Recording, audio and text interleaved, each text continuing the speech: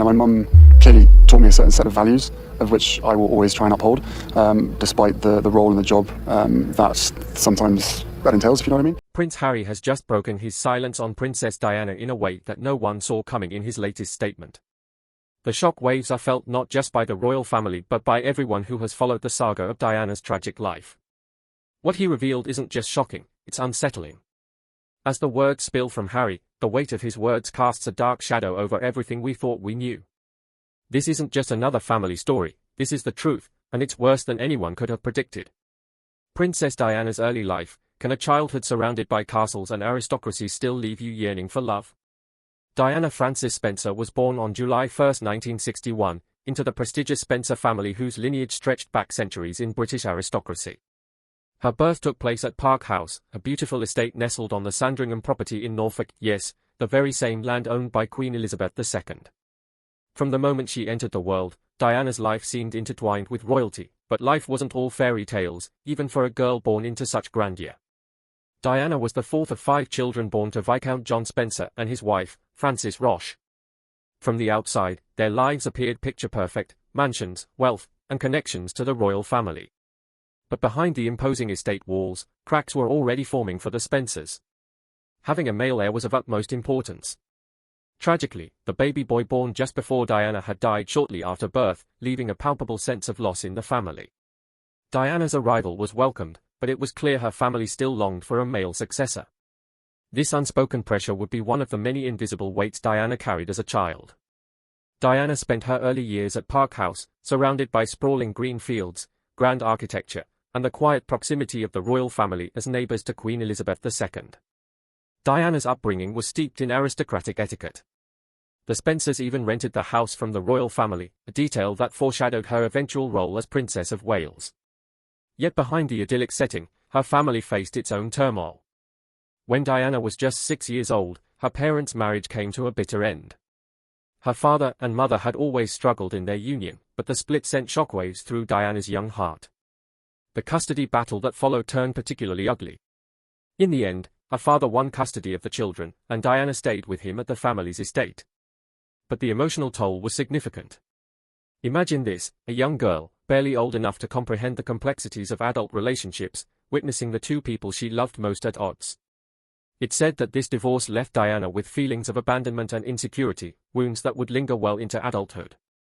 And yet, even as her world fractured, little Diana found ways to hold herself together, developing an emotional resilience that would later define her strength as both a human being and a mother. Can someone who struggled with schoolwork grow up to inspire millions? Despite the turbulence at home, Diana's education proceeded as expected for a girl of her status. At the age of 9, she was sent to Riddlesworth Hall, a preparatory school in Norfolk. There she spent 3 formative years away from home, learning to adjust to life outside the protective bubble of her family. Later, Diana moved on to Westheath Girls' School in Kent, where her academic journey became more telling. By conventional standards, Diana wasn't what you might call an exceptional student.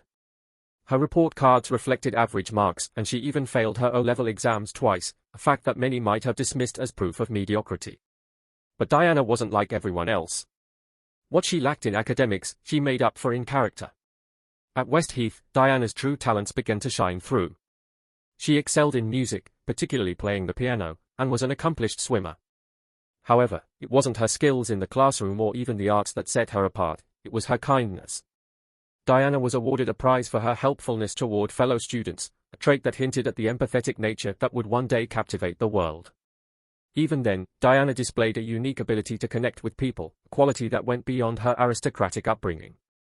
It wasn't her last name or her title that endeared her to others, it was the way she made people feel seen, heard, and valued. After completing her time at Westheath, Diana took a brief foray into international education. At the age of 16, she attended the Institut Alpin Videmenet, a finishing school in Switzerland. The experience was short-lived. Diana soon realized that the exclusive, structured environment of a Swiss finishing school wasn't for her. Homesick and unsuited to the rigid lifestyle, she returned to England after just 1 term. Looking back, it's tempting to think that Diana's departure was less about failure and more about her growing awareness of what truly mattered to her. She didn't want to be confined to a life of strict protocols and distant connections. She longed for something more real, more meaningful, a quality that would define her later humanitarian work. What happens when a future princess works as a nanny and a teacher's assistant? Diana's early work life paints a fascinating picture of a young woman deeply rooted in compassion and humility. Before stepping into the royal spotlight, she worked a series of modest jobs that would surprise anyone familiar with the pomp and pageantry of her later life. One of her roles was as a kindergarten teacher's assistant at the Young England School in Pimlico, London. Imagine this, a future princess tying shoelaces, wiping away tears, and nurturing children with warmth and patience. In this role, Diana's natural love for children became unmistakable, and it's no wonder that this experience would later inform her hands-on approach to raising her own sons, Prince William and Prince Harry. She also worked as a nanny, taking care of a young American family living in London.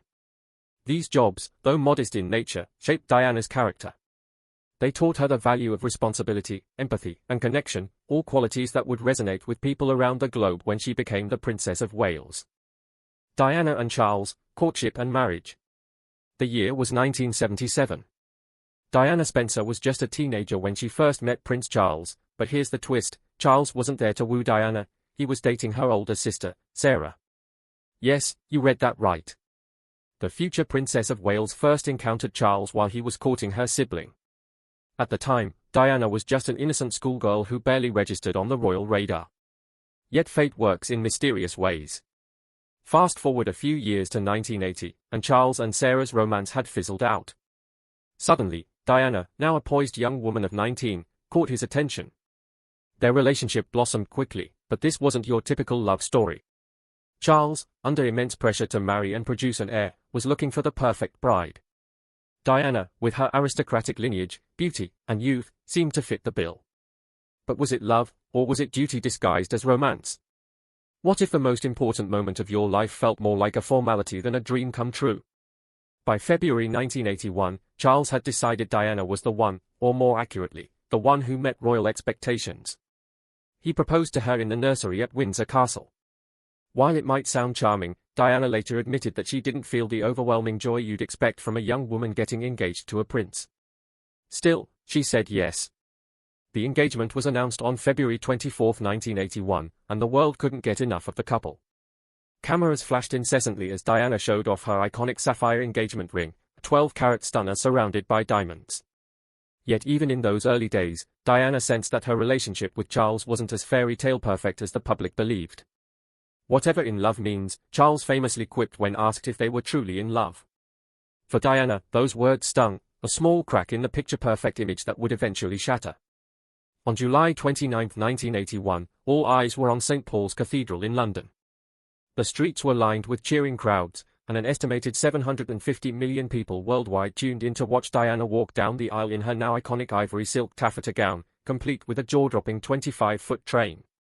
It was the wedding of the century, full of pomp, pageantry, and royal tradition. Diana, at just 20 years old, looked every bit the part of a fairy tale princess. But behind the scenes, the young bride was already grappling with doubts. The night before the wedding, Diana discovered a bracelet Charles had designed for Camilla Parker Bowles, a woman she suspected was more than just a friend. It was a devastating revelation, but Diana went through with the ceremony, determined to fulfill her role as the Princess of Wales. Once married, Diana's life changed overnight. She quickly became one of the most photographed women in the world. The public adored her for her warmth, grace, and impeccable style. Unlike many royals before her, Diana had a natural ability to connect with people. Whether she was visiting sick children in hospitals or shaking hands with AIDS patients, a gesture that shattered stigmas at the time, Diana's compassion made her a global icon. But while the cameras captured the glamour, they missed the struggles behind closed doors. Diana faced intense pressure to conform to royal protocols. The transition from a relatively private life to the rigid expectations of royalty was overwhelming. Diana often felt isolated and unsupported, which only deepened the insecurities she had carried since childhood. What happens when the spotlight reveals not just your smile, but your struggles? As the years went on, the cracks in Diana and Charles's marriage became harder to hide. Their personalities were starkly different. Charles, reserved and duty-driven, preferred quiet intellectual pursuits like painting and discussing architecture. Diana, on the other hand, craved emotional connection and spontaneity. The media, ever hungry for a story, amplified the tensions. Charles was often portrayed as distant, while Diana became the beloved, people's princess. But the adoration she received only seemed to widen the rift between them. Diana struggled with postpartum depression after the births of Prince William in 1982 and Prince Harry in 1984, and she developed bulimia, a coping mechanism for the emotional turmoil she was enduring. Then, there was the matter of Camilla. Diana later revealed in a candid 1995 interview that she had felt there were 3 of us in this marriage. Her suspicions weren't unfounded. Charles had maintained a close relationship with Camilla, which added to Diana's feelings of betrayal and inadequacy. By the late 1980s, Diana and Charles were living increasingly separate lives. While they continued to perform royal duties together, their emotional connection had eroded. They were often seen together at public events, but the warmth between them was conspicuously absent. The media, once enraptured by their love story, began to speculate about the state of their marriage. Tabloid headlines screamed of infidelity, mental health struggles, and whispered conversations about a looming separation. In December 1992, Prime Minister John Major officially announced their separation to Parliament, confirming what the public had long suspected. Diana and Charles's official divorce was finalized in August 1996. By then, Diana had fully embraced her role as a humanitarian, using her platform to advocate for causes she was passionate about, including landmine removal and AIDS awareness. Though her marriage had ended, her influence was stronger than ever. For Charles, the separation allowed him to pursue his relationship with Camilla more openly.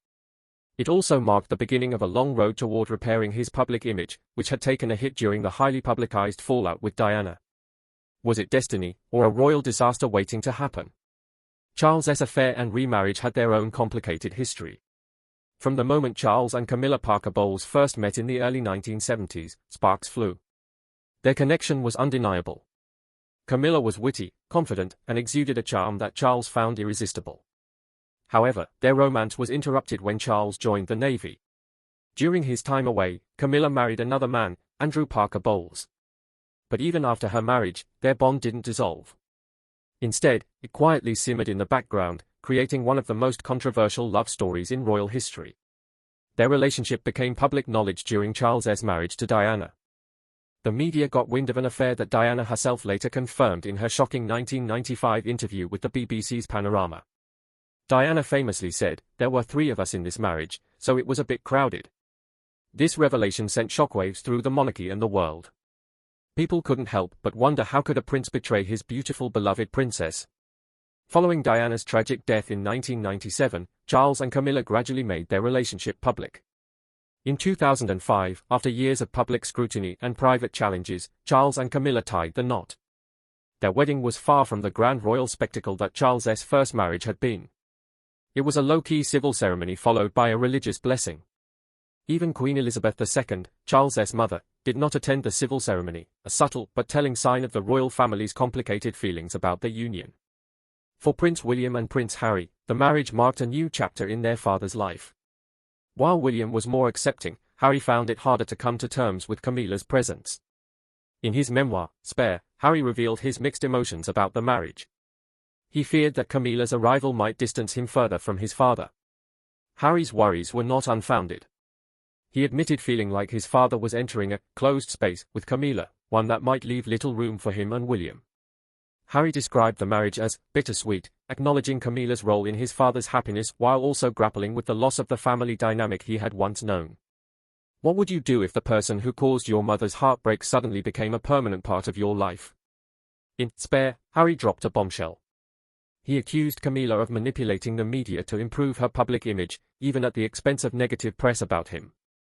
Harry claimed she sacrificed him on her personal PR altar. This bold statement hinted at the deep-seated tensions that still lingered within the family. Harry's criticism of Camilla didn't stop there. He accused her of leaking damaging stories about him to the press, a move he saw as a calculated attempt to solidify her place within the royal family. For Harry, these actions weren't just hurtful, they represented a betrayal of trust. But his concerns weren't only about media manipulation. Harry admitted that he feared losing his father entirely to Camilla. He wrote candidly about feeling like her arrival marked a shift in Charles's focus, leaving less space for his sons in his life.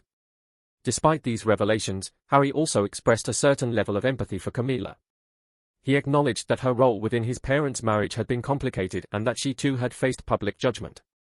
This nuanced view showed the complexity of Harry's feelings, both resentment and understanding coexisted in his heart. The separation of Charles and Diana in December 1992 shocked the world. For over a decade, their marriage had been scrutinized, criticized, and idealized in equal measure. What began as a fairy tale romance, the young, beautiful Diana marrying the future king, had crumbled under the weight of infidelity, conflicting personalities, and relentless public attention. By the time their divorce was finalized in 1996, the cracks in their relationship were impossible to ignore. Charles's affair with Camilla had become public knowledge, and Diana's struggles with mental health, including postpartum depression and bulimia, had been openly discussed in interviews. Both had their own versions of the story, but one truth was clear: their marriage was irreparably broken. For Prince William and Prince Harry, the divorce meant a childhood split between two worlds. They had to adjust to a life where their parents no longer lived under the same roof. Weekends were often spent shuttling between Charles's and Diana's homes, each with its own rules, routines, and emotional undercurrents. Harry later revealed that the divorce was one of the most challenging periods of his young life. He described feeling torn between his loyalty to both parents, often caught in the middle of their strained relationship. In a candid moment, he shared that he and William sometimes felt like prizes being fought over in their parents' battle. Diana, for her part, was determined to ensure her sons felt loved and supported. She went out of her way to create a sense of normalcy for them, taking them to amusement parks, fast food restaurants, and even homeless shelters. She wanted them to experience life outside the royal bubble. Charles too remained committed to his sons. He involved them in royal traditions and shared his passion for environmental conservation and history. But the differences in their parents' personalities were evident even in their parenting styles. Diana's warmth and spontaneity contrasted sharply with Charles's more reserved, duty-driven approach. The divorce took a toll not just on Diana and Charles but also on their sons. Harry, in particular, struggled with feelings of abandonment and confusion. He later admitted that the divorce left him questioning the stability of relationships and the idea of love itself. As they grew older, both William and Harry began to process the complexities of their parents' marriage. They recognized the struggles Diana and Charles had faced, as well as the love their parents had for them despite the challenges. Could the wounds of a broken marriage and a mother's tragic death ever truly heal, or do they leave a legacy that lasts forever? Prince Harry's reflections and revelations: I have felt my mother's presence more in the last 2 years than I have in decades. These words from Prince Harry cut straight to the heart of his emotional journey. His reflections on Princess Diana are raw, unfiltered, and deeply human. Through candid interviews and his memoir, Spare, Harry has pulled back the curtain on what it means to grow up as the son of one of the world's most beloved figures, only to lose her tragically and then live under the harsh glare of royal expectations. Losing a mother is a pain you never quite recover from. For Harry, this pain has shaped every aspect of his life. When Princess Diana died in a car accident in 1997, Harry was just 12 years old, a boy too young to fully understand the magnitude of what he had lost but old enough to feel its weight forever. Harry has openly spoken about how Diana's sudden death left him reeling. At her funeral, he walked behind her coffin alongside his brother Prince William and his father, then Prince Charles. Millions around the world watched as the two young boys shouldered a grief that no child should have to bear in public. Harry later revealed that he buried his emotions so deeply that it took years to confront the trauma. For much of his teenage years and early adulthood, Harry turned to unhealthy coping mechanisms like excessive drinking and partying to numb the pain. I was trying to forget, to escape, he admitted, but the pain didn't go away. The media's relentless coverage of Diana's death and the continued fascination with her legacy only made it harder for him to grieve in peace. Harry's decision to seek therapy later in life was pivotal. He shared how mental health struggles had followed him like a shadow for years: grief, anger, and the pressure of royal life piling on top of each other. Therapy helped him unpack not only his emotions surrounding Diana's death but also the complex dynamics within the royal family. Harry's openness about seeking help was revolutionary for someone in his position, breaking royal norms and encouraging others to prioritize their mental well-being. Perhaps one of the most heartbreaking elements of Harry's revelations is his acknowledgement of the growing rift between him and his brother Prince William. Once inseparable, the brothers have drifted apart over the years, and Harry believes that Diana would have been devastated to see the divide. "Our mother brought us together, and now she would be heartbroken," Harry lamented in an interview. The media has long painted the feud between Harry and William as a clash of personalities and priorities, with William committed to the traditional royal path and Harry forging his own. Harry has admitted that unresolved tensions between them have added fuel to the fire, but he has also emphasized his love for William despite their differences. Harry describes his brother as both his beloved brother and his arch-nemesis. What makes the situation even more poignant is Harry's belief that much of the tension stems from a lack of accountability within the royal family. He feels that past grievances and betrayals have never been properly addressed, leading to deeper fractures over time. Harry has expressed hope for reconciliation, but he insists that trust must be rebuilt first. When it comes to Camilla, the Queen Consort, Harry's feelings are, to put it mildly, complicated. As the third person in Diana and Charles's marriage, a fact Diana herself openly acknowledged in her famous 1995 BBC interview, Camilla's presence has always been a sensitive subject. Harry has accused Camilla of being overly focused on her public image, even at the expense of others.